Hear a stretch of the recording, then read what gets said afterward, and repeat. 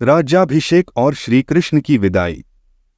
युद्ध में वीरगति पाए सभी लोगों का विधिवत तर्पण करने के उपरांत बड़ी धूमधाम से हस्तिनापुर में युधिष्ठिर का राज्याभिषेक किया गया। विविध प्रकार के उत्सव करके दिवंगत परिजन, संबंधियों और मित्रों के दुख को भुलाने का प्रयत्न किया गया। जब राज्य व्यवस्था कुछ सुव्यवस्थित हो गई, तब श्रीकृष्ण ने पांडवों से विदा ली। पांडवों ने श्रीकृष्ण को भावभीनी विदाई दी। श्रीकृष्ण सात्यकी के साथ द्वारिका लौट गए। श्रीकृष्ण जब द्वारिका लौट रहे थे, तब मार्ग में उनकी भेंट उत्तंक नामक एक श्रेष्ठ ब्राह्मण से हुई। ब्राह्मण ने श्रीकृष्ण की वंदना करके पूछा, माधव, आप हस्तिनापुर से लौट रहे हैं, वहां सब कुशलता से तो हैं? पांडवों और कौरवों में स्नेह भाव बना रहता है या नहीं? तपस्वी ब्राह्मण की बात सुनकर श्रीकृष्ण आश्चर्य में पड़ गए।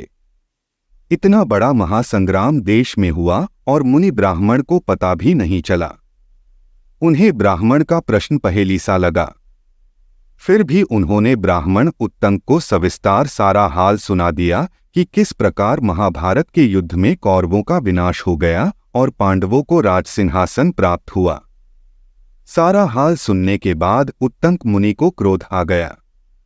वे बोले, वासुदेव, तुम्हारे देखते देखते यह घोर अनर्थ कैसे हो गया? तुमने कौरवों को समझाया क्यों नहीं? उनकी रक्षा क्यों नहीं की? तुम चाहते तो इतना बड़ा महासंग्राम होने से बचा सकते थे। तुम्हारे रहते छलकपट का खेल खुलकर खेला गया होगा, तभी उनका विनाश हुआ होगा। तुम ही उनके विनाश के कारण हो। मैं तुम्हें शाप देता हूं। उत्तंक मुनि ने कमंडल से जल अपने हाथ में ले लिया, परंतु श्रीकृष्ण ने मुस्कुराकर उन्हें रोका, द्विजवर, शांत हो जाएं। आप तो बड़े तपस्वी हैं और त्रिकालदर्शी हैं। क्रोध करके अपनी तपस्या की शक्ति को क्यों नष्ट करते हैं? पहले मेरी बात ध्यान से सुन लीजिए, फिर चाहे मुझे शाप दीजिए।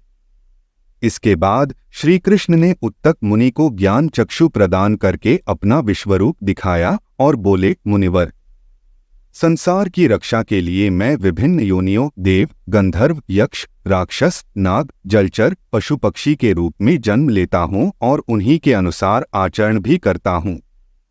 मनुष्य योनि में धर्म स्थापना करना मेरा लक्ष्य है। कौरवों ने मेरे लक्ष्य की सिद्धि में रोड़ा अटकाया। उन्होंने अपना विवेक खो दिया, नारी की सृजन शक्ति का अपमान किया।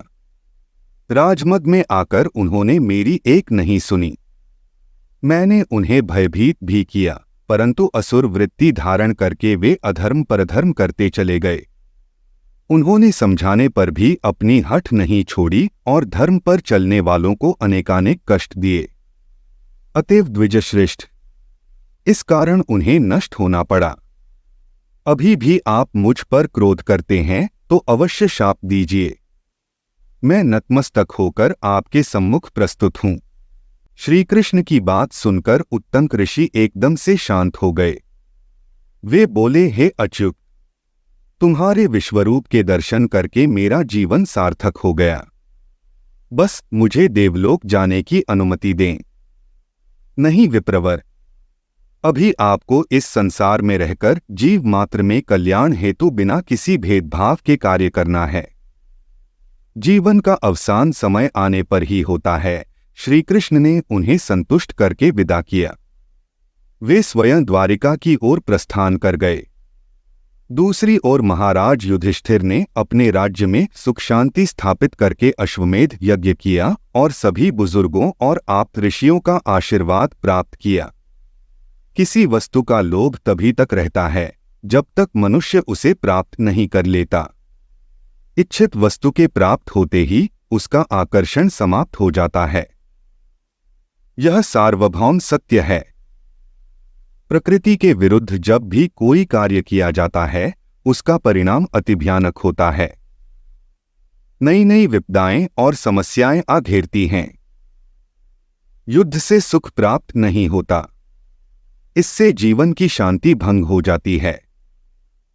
कौरवों पर विजय प्राप्त कर लेने के बाद यद्यपि पांडवों ने अपना एक छत्र राज्य स्थापित कर लिया था और अपना कर्तव्य समझकर प्रजा का पालन करने का भार भी वहन करना प्रारंभ कर दिया था, परंतु जिस सुख और संतोष की उन्हें आशा थी वह उन्हें प्राप्त नहीं हुआ था। शोकातुर धृतराष्ट्र और गांधारी को वे उचित सम्मान और गौरव अवश्य प्रदान करते थे और उनसे राजकाज में सलाह भी लेते थे, लेकिन उनके चेहरों पर प्रसन्नता का भाव वे कभी नहीं ला सके। देवी कुंती दुखी गांधारी की सेवा में ही अपना सारा समय व्यतीत करती थीं और द्रौपदी भी अपने दुख को भुलाकर उनकी सेवा में लगी रहती थी, परंतु उनके चेहरों पर छाए अवसाद को दूर करने में वे सफल नहीं हो सकीं। धन्यवाद। आप देख रहे थे गॉड ब्लेस टीवी हिंदी।